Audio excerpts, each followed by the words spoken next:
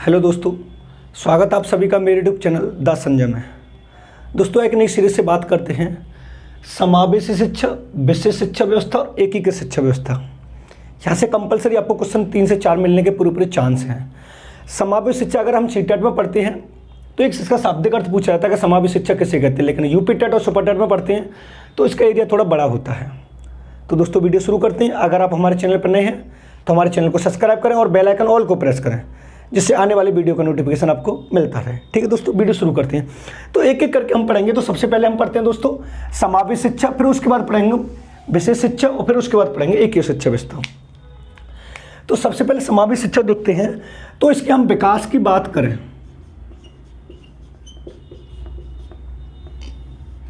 तो इसका विकास 1970 से 80 के दशक में माना जाता है।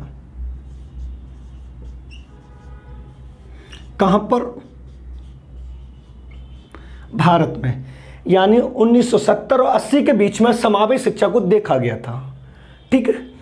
अब उसके बाद अगर इसकी लागू की बात करें हम दोस्तों, तो ये लागू जो हुई थी वो 2004 में हुई थी। कौन? समावेशी शिक्षा।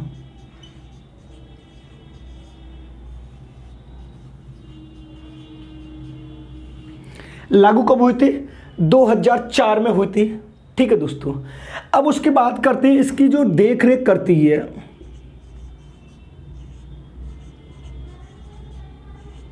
एक संस्था है SSNI।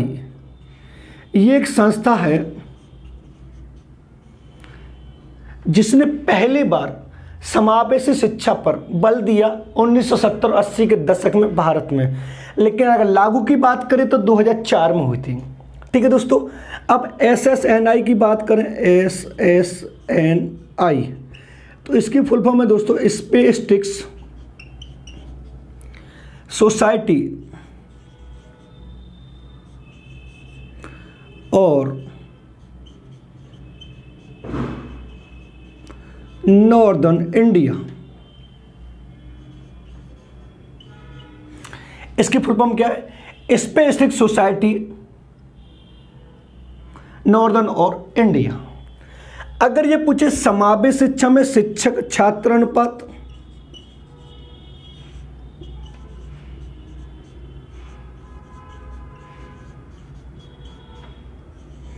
तो दोस्तों वो है 1:20। क्लियर है दोस्तों। अगर ये पूछे शिक्षा की मुख्य धारा,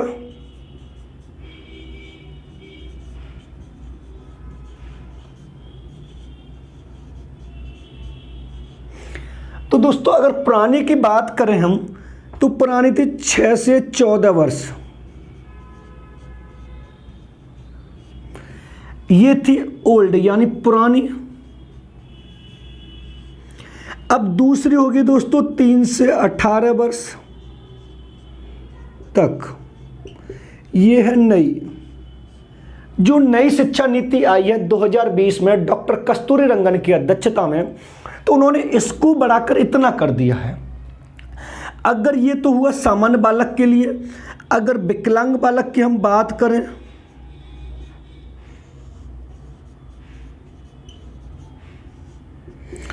तो पुरानी की बात करेंगे तो 6 से 18 वर्ष था। कितना था? 6 से 18 वर्ष तक पुरानी। अगर अब नई की बात करेंगे तो 3 से 21 वर्ष।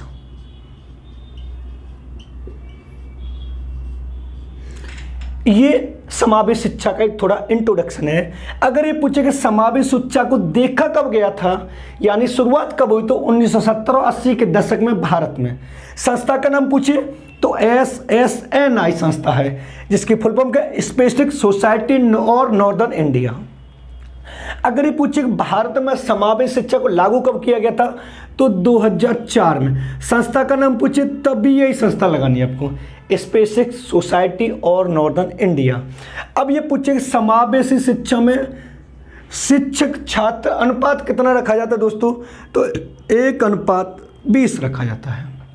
ये पूछे कि समावेशी शिक्षा में शिक्षा की मुख्य धारा कितनी है, तो पुरानी की बात करें 2009 में राइट टू एजुकेशन में आई थी, वो थी 6 से 14 वर्ष।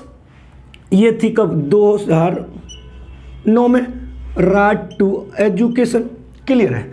अगर वर्तमान हम बात करें तो कितनी है, 2020 में डॉक्टर कस्तूरी रंगन की अध्यक्षता में जो नई शिक्षा नीति चौथी आई है उसमें कितना कर दिया, 3 से 18 वर्ष। अगर विकलांग बालक की बात करें शिक्षा की मुख्य धारा तो 2009 में थी तो 6 से 18 वर्ष राइट टू एजुकेशन में। अगर वर्तमान में देखें 3 से 21 वर्ष कर दी गई 2020 में, जो डॉक्टर कस्तूरी रंगन की अध्यक्षता में आई है। आप इसे नोट कर लीजिए, फिर हम आगे चलते हैं, फिर देखते हैं समावेशी शिक्षा कहते किसे हैं।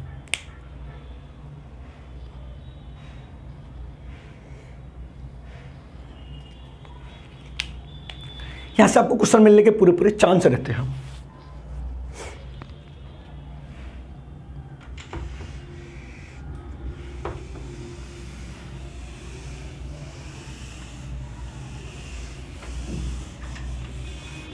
अब आते हैं कि समावेशी शिक्षा कहते किसे। देखो,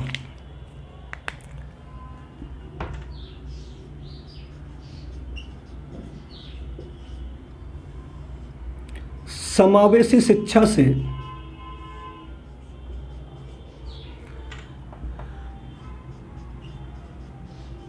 तात्पर्य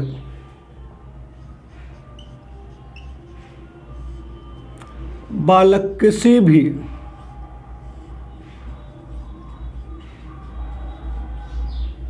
जाति, धर्म और लिंग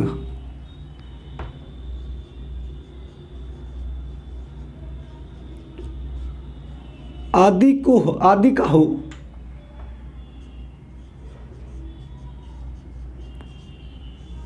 उसको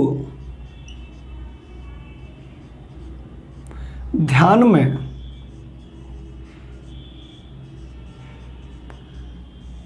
रखे बिना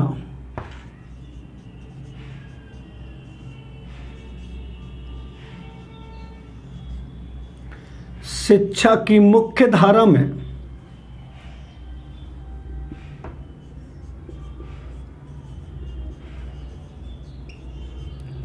शामिल करना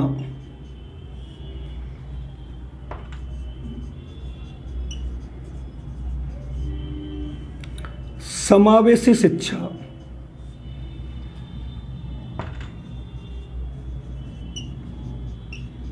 कहलाता है।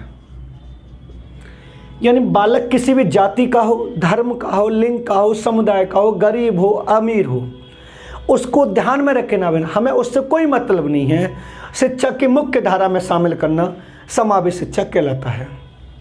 नेक्स्ट, अतः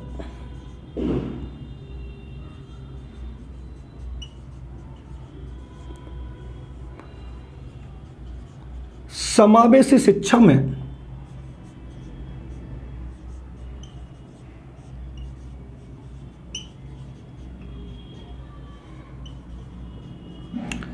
एक दिव्यांग छात्र को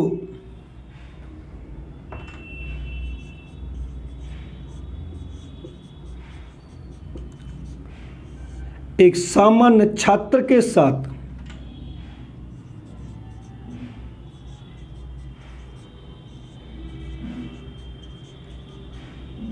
शिक्षा प्रदान की जाती है। यानी बालक को, दिव्यांग हो, कैसा भी हो, उसको ध्यान में रखे बिना एक सामान्य छात्र के साथ उसे बैठने की व्यवस्था की जाए, वो क्या कहलाती है, हमारी समावेशी शिक्षा कहलाती है। अब यहां पर हम बात करें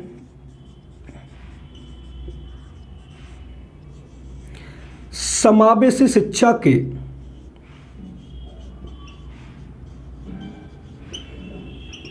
घटक, तो घटक कितने माने गए दोस्तों, 3 माने गए। पहला होता है शिक्षक, दूसरा होता है दोस्तों छात्र, और तीसरा होता है पाठ्यक्रम। अब शिक्षक को माना गया स्वतंत्र घटक,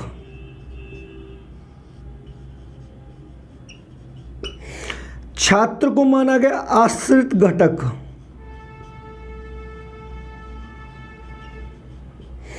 और पाठ्यक्रम को माना गया मध्यवर्ती।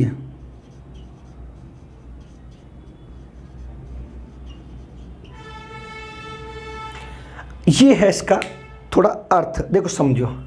अगर उसने पूछा समावेशी शिक्षा किसे कहते हैं, अगर उसका विकास में आपको पहले बता दिया 1970-80 के दशक में माना जाता है। अगर ये पूछे लागू कब हुआ 2004 में, संस्था मैंने आपको बता दिया SSNI, और छात्र अनुपात बना दिया 1:20 बता दिया। अगर ये पूछे कि समावेशी शिक्षा से तात्पर्य बालक किसी भी जाति का हो, धर्म का हो, लिंग का हो, समुदाय का हो, गरीब हो अमीर हो, उसको ध्यान में रखे बिना शिक्षा की मुख्य धारा में शामिल करना समावेशी शिक्षा कहलाता है। अब समावेशी शिक्षा में एक दिव्यांग छात्र को एक सामान्य छात्र के साथ शिक्षा प्रदान की जाती है, ये बात ठीक है, क्योंकि हम किसी बच्चे को बाहर नहीं निकाल सकते, हमें उनसे पढ़ाना है, वो चाहे कैसा भी हो, लूला हो, लंगड़ा हो, अंधा हो, बहरा हो, कैसा भी हो। समावेशी शिक्षा ये कहती है उसको क्लास में बैठा के पढ़ाइए, उसको अलग से व्यवस्था नहीं कर सकते। अब ये पूछे समावेशी शिक्षा के घटक कितने दोस्तों, तो आपको 3 बताने, कौन कौन से, शिक्षक, छात्र और पाठ्यक्रम। अब ये पूछे समावेशी शिक्षा में शिक्षक कौन सा घटक माना जाता है, तो स्वतंत्र माना जाता है, छात्र कौन सा माना जाता है, आश्रित माना जाता है, और पाठ्यक्रम कौन सा माना जाता है, मध्यवर्ती घटक माना जाता है। आप इनको नोट कर लें, फिर आगे चलते हैं।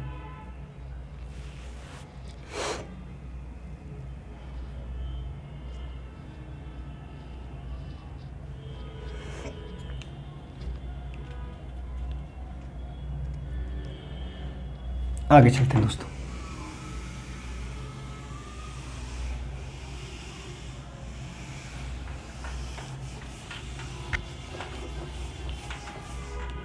अब सुन, देखो दोस्तों, अब आता है समावेशी शिक्षा में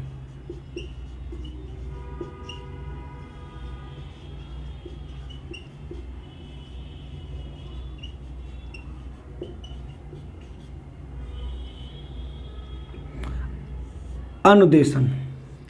अब अनुदेशन कितने प्रकार का होता है समावेशी शिक्षा में, वो 3 प्रकार का होता है दोस्तों। एक होता है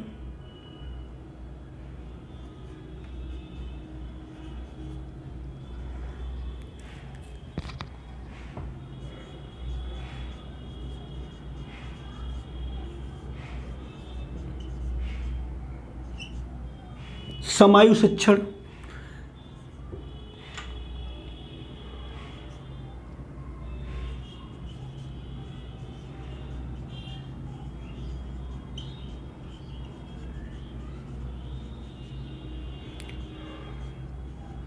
स्वनियमित अधिगम,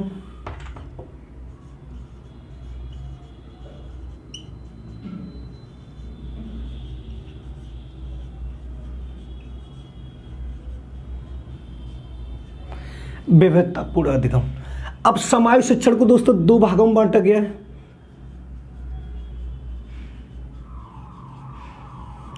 समायु शिक्षण और दूसरा आयु भेद शिक्षण।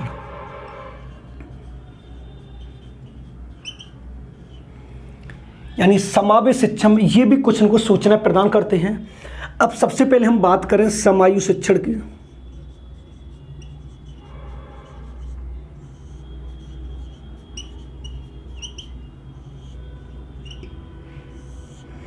देखो, इस शिक्षण में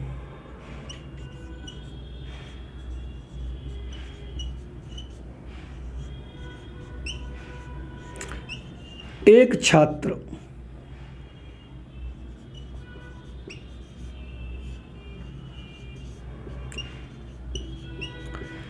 अपनी ही कक्षा के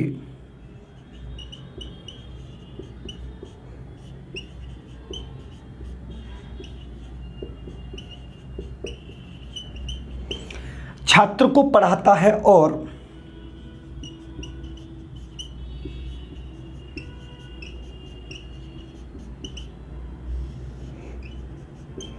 सूचनाओं का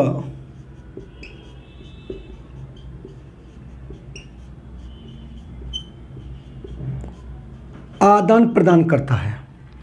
समायु शिक्षण का मतलब ये है कि अगर एक छात्र किसी दूसरे छात्र को पढ़ा रहा है तो अपने ही क्लास के छात्र को पढ़ाएगा, वो कौन सा कहलाएगा? समायु शिक्षण। दूसरे की बात करें,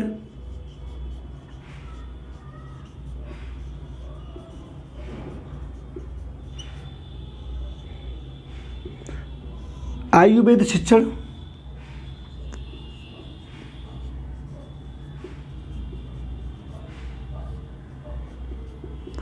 इस शिक्षण में एक छात्र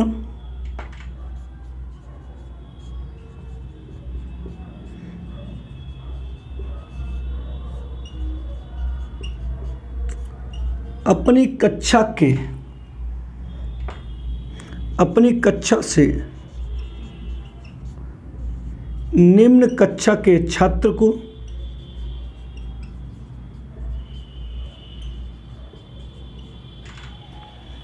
पढ़ाता है।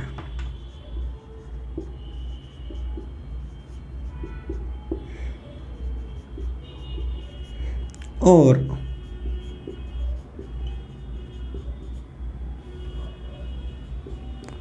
समस्याओं का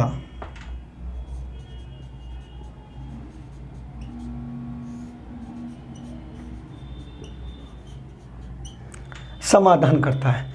अब समझना, अगर उसने समावेश शिक्षा में अनुदेशन यानी सूचना कौन कौन दे सकता है, कौन कौन शामिल किया जा सकता है, तो समायु शिक्षण, स्वनियमित अधिगम, विविधतापूर्ण अधिगम। ठीक है दोस्तों, अब समायु शिक्षण को दो भागों में बांटा गया, समायु शिक्षण है, आयुर्वेद शिक्षण।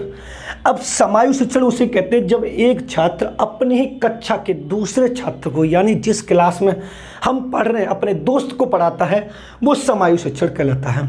आयुर्वेद शिक्षण वो शिक्षण कहलाता है जब मैं अपनी क्लास से निम्न क्लास के छात्र को पढ़ाऊं, वो कहलाता है आयुर्वेद शिक्षण कहलाता है। जैसे सपोज एक छात्र पढ़ रहा है क्लास 6 में और वो क्लास 5 के स्टूडेंट को पढ़ाए, वो कहलाता है आयुर्वेद, और क्लास 6 में पढ़ रहा है वो क्लास 6 को ही पढ़ाए, वो कहलाता है समायु शिक्षण। आप इसको नोट कर लें, फिर हम इन दोनों को लिखते हैं।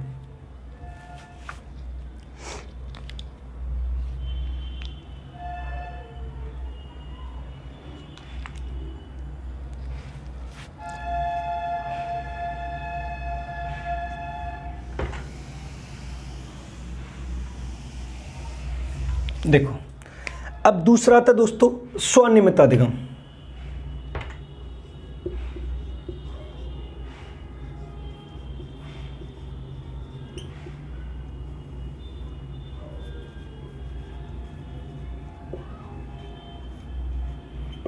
देखो, यह अधिगम का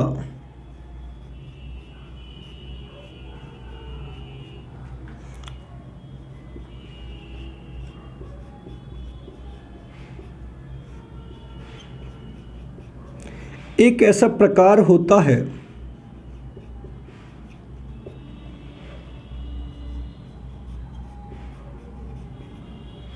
जिसमें छात्र का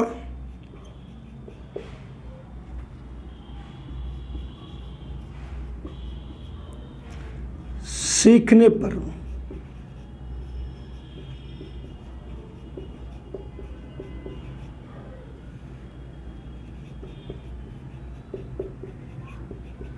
स्वयं नियंत्रण होता है।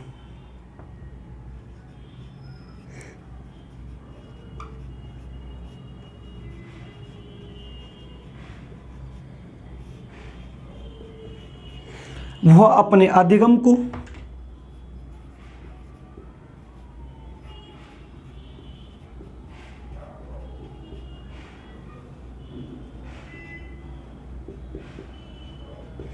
स्वयं संचालित करता है और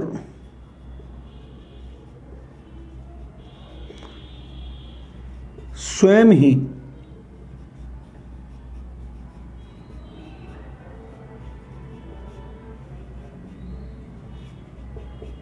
प्रमाणित करता है।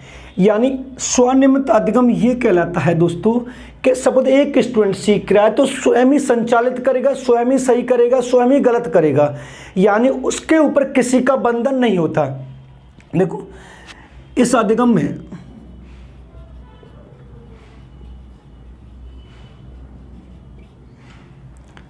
छात्र के ऊपर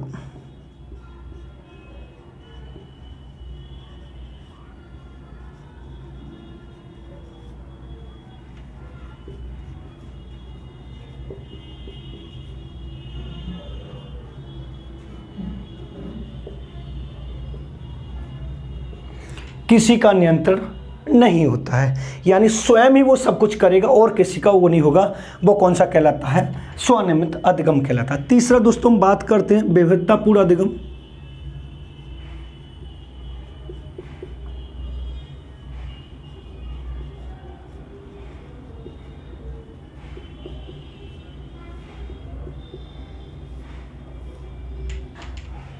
विविधतापूर्ण अधिगम का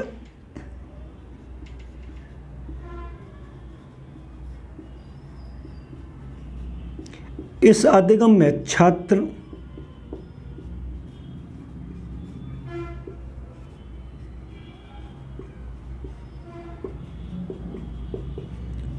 विभिन्न अनुदेशनों के माध्यम से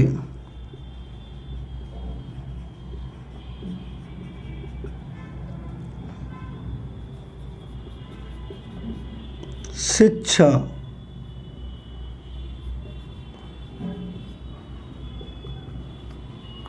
ग्रहण करता है। अनुदेशन मीन्स तो सूचनाएं, इन बहुत सी सूचनाएं उसे मिलती हैं, विविध तरीकों की सूचनाओं से वो सीखना ग्रहण करता है। वो कौन सा कहलाता है? विविधतापूर्ण अधिगम।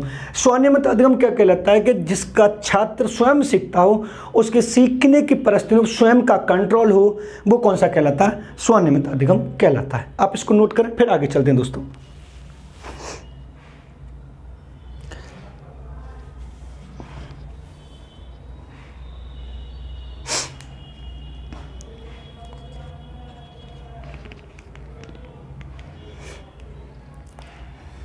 आज की वीडियो में आपको 3 से 4 क्वेश्चन मिलने के पूरे चांस रहते हैं दोस्तों। आगे चलते हैं।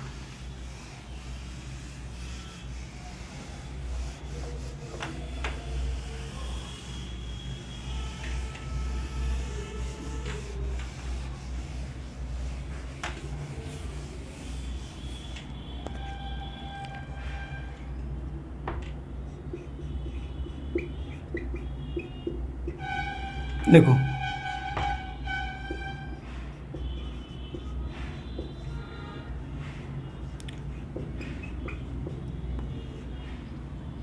समावेशी शिक्षा को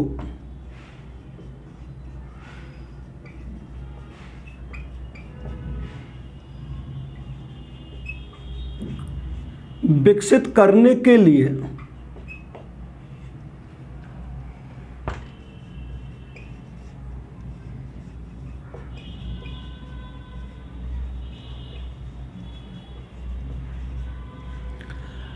सर्व शिक्षा अभियान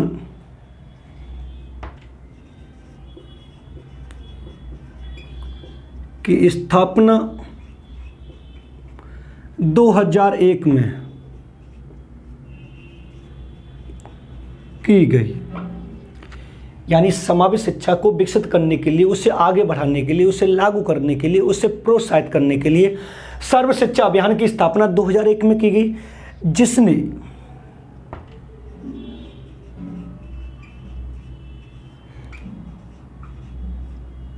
तीन अभियान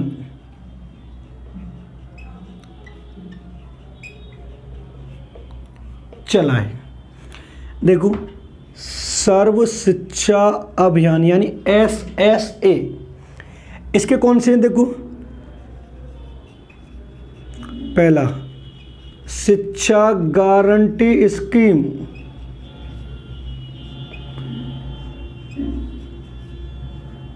घर आधारित शिक्षा,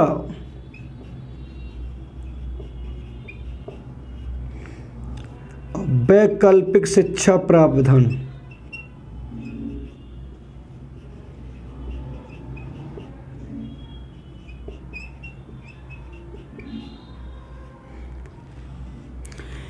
ये सर्व शिक्षा अभियान ने चलाए समावेशी शिक्षा को प्रोत्साहित करने के लिए, उसे आगे ले जाने के लिए, मोटिवेट करने के लिए। किसने चलाए थे? समावेशी शिक्षा ने। सर्व शिक्षा अभियान की स्थापना कब हुई थी? 2001 में। किसके लिए? समावेशी शिक्षा के लिए। इसके तीन है: शिक्षा गारंटी स्कीम, घर आधारित शिक्षा और वैकल्पिक शिक्षा प्रावधान। आप इसको नोट कर लें, फिर हम आगे चलते हैं।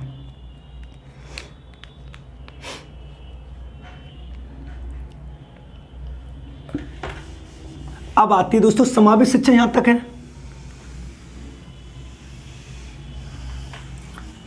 अब आती दोस्तों विशेष शिक्षा व्यवस्था। दूसरी कौन सी आती है? विशेष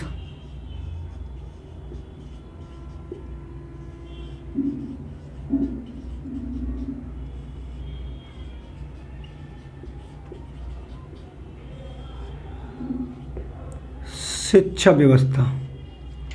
ठीक है, देखो अगर हम इसके समय की बात करें दोस्तों तो इसका समय 1978 से 2004। संस्था की बात करें तो SSNI जो मैं पहले लिखा चुका, स्टैटिस्टिक्स सोसाइटी और नॉर्दर्न इंडिया, मैं लिख दे रहा हूं दोबारा।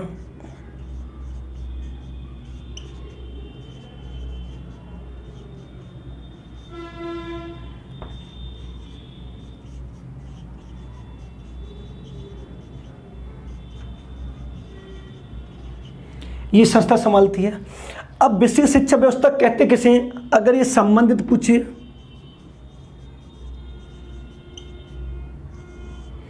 तो प्राथमिक शिक्षा से है। किससे दोस्तों? प्राथमिक शिक्षा से। अब समझो, देखो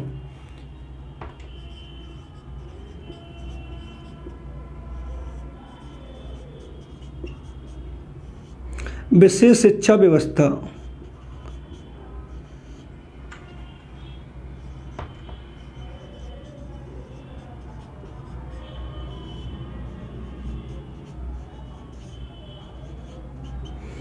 वह शिक्षा होती है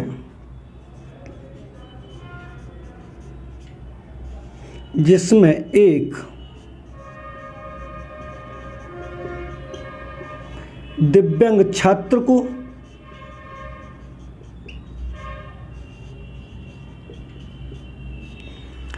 सामान्य छात्र के साथ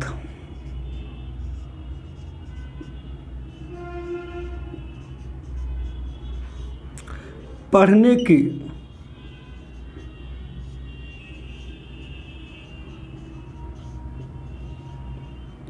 व्यवस्था की जाती है, जिससे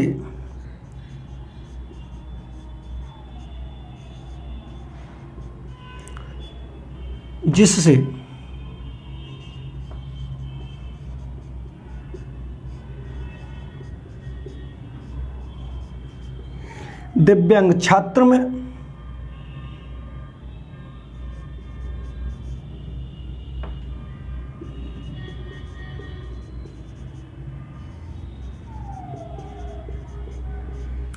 सामाजिक भावना का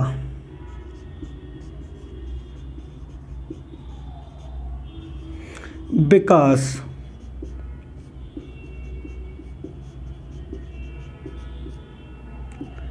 किया जा सके और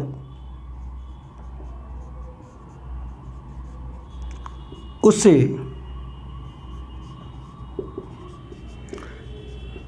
पढ़ने के लिए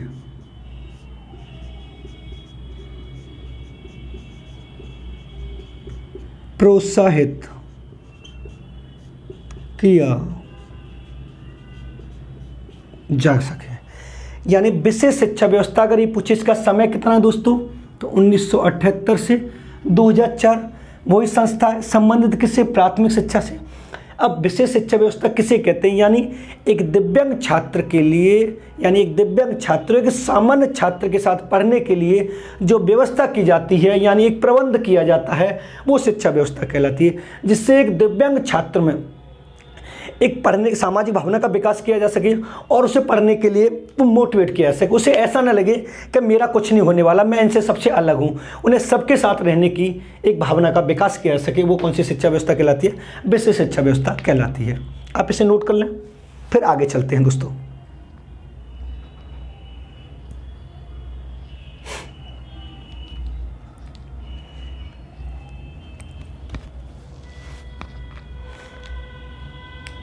आगे चलते हैं दोस्तों।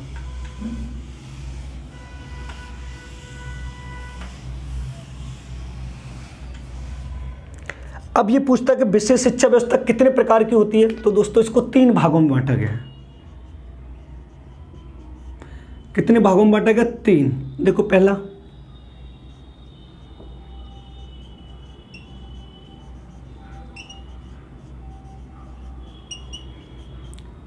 प्राथमिक शिक्षा,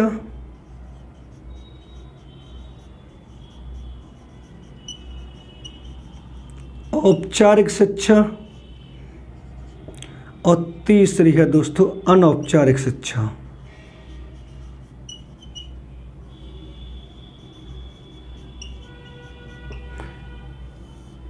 ये विशेष शिक्षा व्यवस्था के पार्ट हैं, आप इसे नोट कर लें। फिर हम पढ़ते हैं एकीकृत शिक्षा। अगर ये पूछे विशेष शिक्षा व्यवस्था को कितने भागों में बांटा गया? 3। प्राथमिक शिक्षा, औपचारिक शिक्षा, अनौपचारिक शिक्षा। आप प्राथमिक शिक्षा जानते ही हैं 1 से 5 तक होती है, अब तो शायद अलग कर दी गई है। औपचारिक शिक्षा वो कहते हैं जैसे कि समय सीमा निश्चित होती है। अनौपचारिक जो जीवन के प्रत्येक पहलू पर होती है वो कहलाती है अनौपचारिक शिक्षा। अब आते हैं दोस्तों एकीकृत शिक्षा व्यवस्था।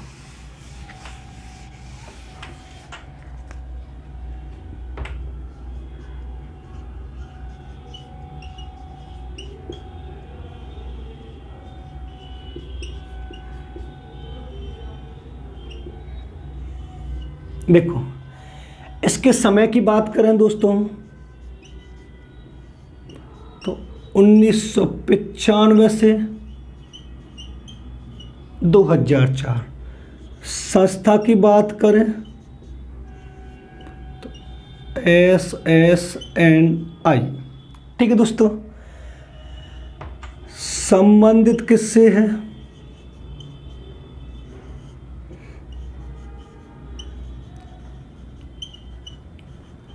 प्राथमिक शिक्षा से। अब दोस्तों एक क्वेश्चन ये भी पूछा जा सकता है कि भारत में एकीकृत शिक्षा व्यवस्था को किसके रूप में लाया गया? तो देखो ये है, मैं लिख दे रहा हूं, भारत में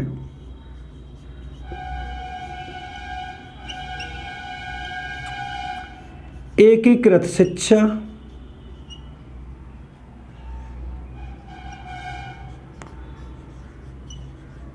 अमेरिका की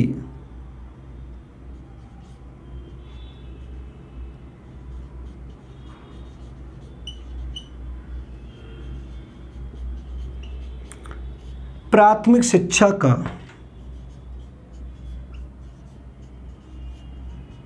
रूप है। यानी भारत में जो एकीकृत शिक्षा लाई गई है वो अमेरिका की किस शिक्षा को ध्यान में रख कर लाई गई है? प्राथमिक शिक्षा को। अब इसका अर्थ क्या है? देखो,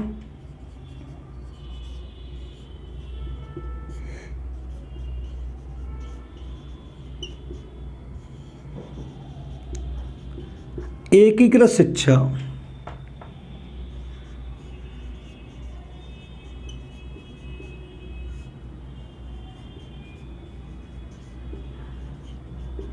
वह शिक्षा होती है जिसमें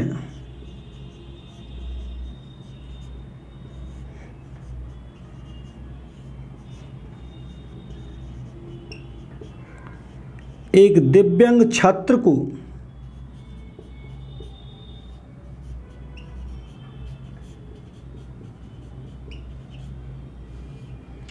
एक सामान्य छात्र के साथ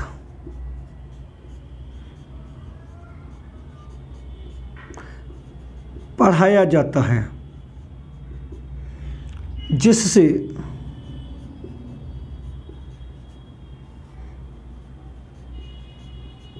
उनमें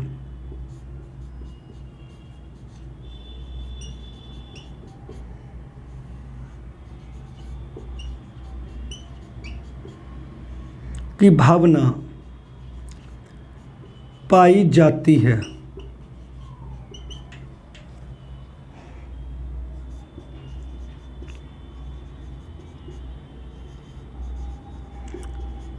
एकीकृत शिक्षा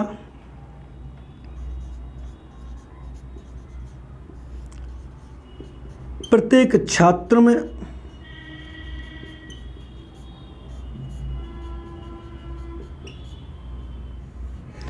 आत्मसम्मान की भावना को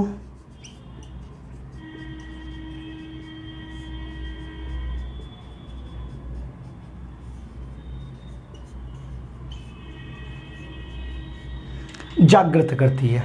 देखो, समावेश शिक्षा मैंने आपको पढ़ाया तो उसमें बालक किसी भी जाति, धर्म, लिंग, समुदाय किसी का भी हो, उसको ध्यान में रखे बिना शिक्षा की मुख्य धारा में शामिल करना समावेश शिक्षा कहलाता। उसके बाद मैंने आपको पढ़ाया था विशेष शिक्षा व्यवस्था, यानी उसमें एक दिव्यांग छात्र को एक सामान्य छात्र के साथ पढ़ाने की व्यवस्था की जाती थी, वो था विशेष शिक्षा व्यवस्था। एकीकृत शिक्षा व्यवस्था ये पूछे, इसका समय पूछे तो 1995 से 2004 है। संस्था SSNI है, वही है संबंधित प्राथमिक शिक्षा से। अब भारत में जो एकीकृत शिक्षा लाई गई है वो अमेरिका की प्राथमिक शिक्षा को ध्यान में रखकर लाई गई है। अब इसमें क्या होता है कि शिक्षा में कि एक दिव्यांग छात्र को एक सामान्य छात्र के साथ पढ़ाया जाता है, जिससे उन सब में सामूहिकता की भावना होती है और प्रत्येक छात्र में आत्मसम्मान की भावना विकसित होती है। किस वजह से? क्योंकि एक दिव्यांग छात्र को ये नहीं लगता कि भाई मैं इनसे अलग हूँ, या ये मुझसे ज़्यादा तेज है, या मुझसे ज़्यादा होशियार हैं, या हमारे साथ पक्षपात की भावना हो रही है, भेदभाव हो रहा है। ऐसा उनके दिमाग को दूर करने के लिए इन शिक्षा व्यवस्थाओं को लाया गया। आप इसे नोट करें, फिर मैं इसके प्रकार बताता हूँ।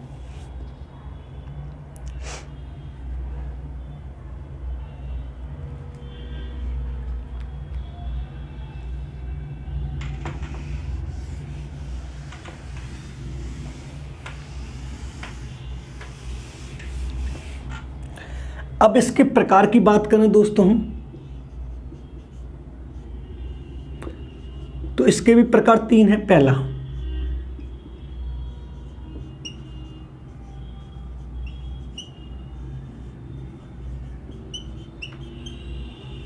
प्राथमिक शिक्षा,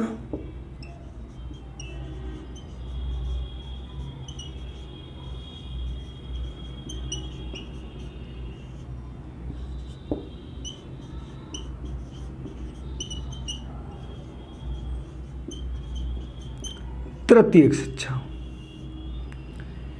ये था दोस्तों समावेश शिक्षा का पहला पार्ट। इसका दूसरा पार्ट मैं आगे बनाऊंगा, जिसमें मैं विज्ञान जो विकलांग बालक हैं, जो दिव्यांग हैं, जो संस्था है हमारी, जो IEP है, जो इंडिविजुअल एजुकेशन प्लान है, व्यक्तिगत शिक्षा योजना है, वो सहपाठी अनुदेशन, व्यवस्थापक अनुदेशन, उन सबको मैं दूसरे पार्ट में डिफाइन करूंगा। अगर दोस्तों वीडियो पसंद आए तो वीडियो को लाइक करें और शेयर करें और कमेंट करना ना भूलें। अगर आप हमारे चैनल पर नए हैं तो हमारे चैनल को सब्सक्राइब करें और बेल आइकन ऑल को प्रेस करें, जिससे आने वाले वीडियो का नोटिफिकेशन आपको मिलता रहे।